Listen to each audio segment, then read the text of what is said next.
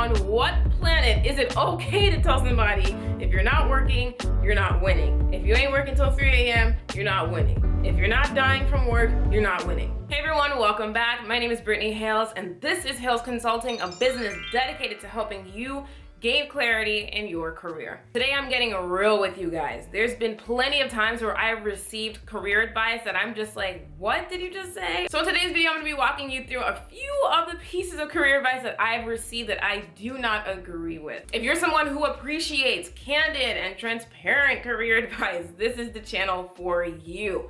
I get real here. So go ahead and click that subscribe button down below so you can be notified every single time I post a new video. Let's get started. So the first unpopular opinion is that you do not need a master's or a PhD to have a successful career. I had my mindset when I was in undergrad, y'all could have called me Gradiana, because I was like, I'm gonna work for a year and I'm going straight to grad school, period. Like nothing stopping me. For me, that was the pinnacle of success. But then when I started working for a year, I was like, wait, hold on. People are becoming managers?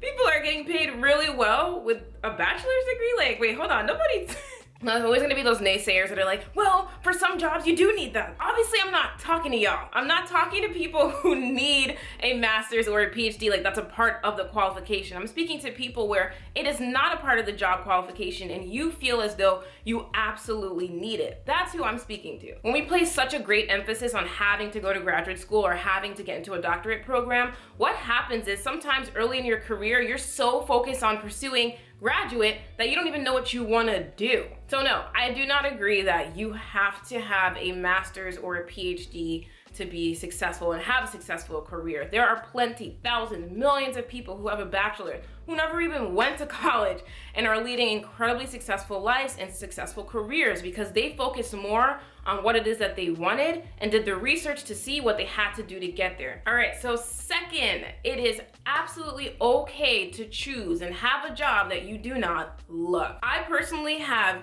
balled up the idea that I have to absolutely love my job and thrown it out the window. I have Kobe'd that idea a long time ago. And the reason why my opinion has changed on that is because I've realized that a career is a long-term investment, not a short-term investment. Over the past 10 to 15 years, social media has completely transformed the way we view and see the world. And on social media, people really just show all the incredibly positive things about their life. The reality of it is that, as I said before, a career is a long-term investment. So sometimes you're gonna have to take a job that you don't necessarily love at a company that you love. In my video titled 6 Career Mistakes to Avoid, I talk about this exactly. One of the most detrimental things to your career can be following someone else's career path. You think that you want to be head of marketing at a company, that if you follow someone else's career path to the T, and they had this job that they loved for 20 years or 15 years or 5 years, and that why don't you love your job too? But that's just, it's detrimental. So the reality of it is you're going to sometimes choose a job or have a job that you do not love, and that is okay because a career is a long-term investment. So the third is that professionalism can lead to discrimination. Now, a lot of people say to themselves, well, if you're gonna join a company or wanna work at a company, you gotta abide by the rules. But what if those rules subconsciously and inherently discriminate against you as an individual? Just saying, when rules are created, there are people at a table. And if the people at that table don't look like you, don't walk like you, don't talk like you, don't come from the same socioeconomic background, there's a great chance that whatever rules they're creating were not created with you in mind. So they may inevitably discriminate against you. I mean, New York literally just passed a bill that says you cannot discriminate against people of color and their hair. If they want to wear their hair a certain way to work, I think California has the bill too. You gotta allow them to wear it. Like, this is a perfect example of something that was previously considered unprofessional, our hair that grows out of our head, and it being turned around and saying, hey, wait a second, that's actually rude as hell to tell somebody that the hair that grows out of their head is not professional. In my Instagram post here, I talk about this exactly. There are so many policies at companies that inherently and sometimes unconsciously are incredibly biased towards certain groups of people. So I personally have come to the belief that professionalism is directly correlated with discrimination, and there are many examples to back me up. Fourth, hustle culture is problematic. On what planet is it okay to tell someone that if you're not working, you're not winning? Early in my career, I thought it was completely normal to work until midnight, to work on the weekends, to literally just constantly be working. And the more I realized it, the less it made sense. The epitome of success for me personally is figuring out how I can work less and produce more. We are teaching people that it is normal to exhaust yourself, and if you're not exhausting yourself, you're not working. That is not okay, and it's also not true. And it's funny because a lot of these people that are telling you to work until you go crazy, they have a team, they just hired somebody, and then right after that post that they made that says, if you ain't hustling, you ain't working, they had an intern make it. They're not even hustling. So how are they telling you to hustle when the intern made all the content for their Instagram? Like, I'm not understanding. So no, I think hustle culture is incredibly toxic and problematic, and is setting people up for physical and mental and relationship disasters. And fifth, minorities should not feel obligated to be involved in diversity initiatives at their companies. Now, when I say this, I don't mean like don't get involved in ERGs or in clubs within your organization that have to do with your race. What I'm saying is that when initiatives come about or somebody asks you to create an initiative, do not feel obligated to do so. The average company has thousands and thousands and thousands and thousands of dollars that they put into all types of foolishness.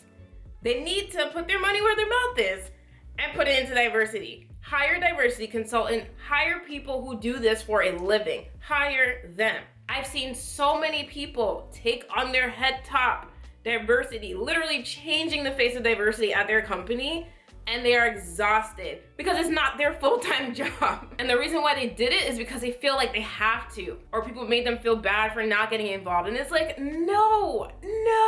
I think one of the greatest things you can do as a minority at a company is speak up when you feel like your group of people is being misrepresented or mistreated or not being given a space at the table. Like, that is when, I think that's the best and most impactful thing you can do is speak up. But to involve yourself in initiatives, to sign up for projects, to have projects just thrown at you and you're not being compensated for them or not being given a raise or not being allowed to log overtime, it's not fair. It's not fair. And a lot of times we don't even want to do it. We just feel like we have to save our race.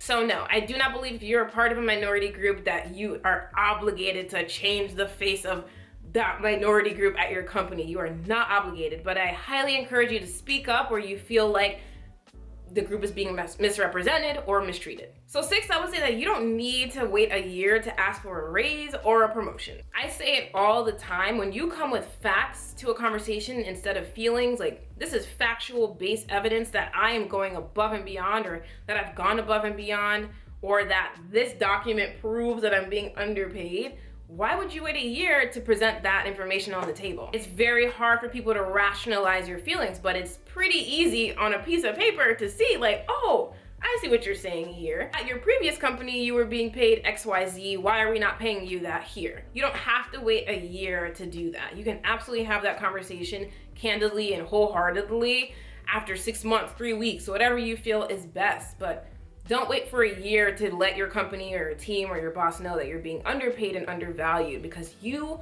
will regret it when you see somebody get exactly what you waited for before you. And the seventh thing I would say, just to piggyback off of that, is that you do not have to wait for them to give you a number. You should always come with your own number. Do your research online, Glassdoor, LinkedIn, whatever it may be, wherever they hold salary information for that job that you're looking to get a raise in or negotiate a salary for.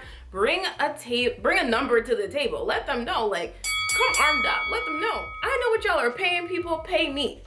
Pay me. But definitely bring that number to the table. And I do not like when people tell people like, oh, just wait until they give you a number.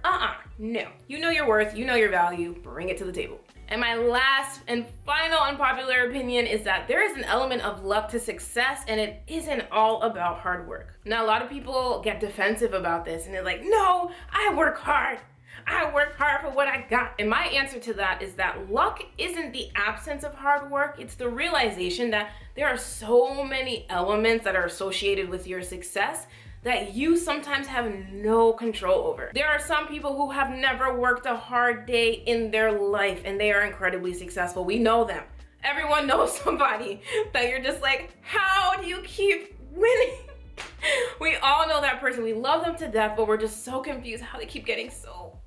And that's because they get lucky. But luck is that, like, we don't know what it is element that allowed you to take your hard work to the next level, or to take your personality to the next level, or to take your expertise to the next level. So yeah, success, in my opinion, I've come to learn is there is definitely an element of luck to success, and that is not the absence of your hard work. It's just the recognition that there are so many elements that go into success that you have zero control over. I hope you all enjoyed this different type of video. I know I usually do like tips and tricks and all this stuff, but if you really appreciated me just speaking candidly about my own experience and my own opinions, like, comment down below and I'll start doing more videos like this of me just speaking candidly about life and career. As I said, I'm growing and evolving as a person, so every single thing that I said today could change 5 years from now, and that is how we should be. We should always be looking to be better, to open our minds more, and have new and form new opinions. So definitely want to start a conversation down in the comments below, so comment how you feel.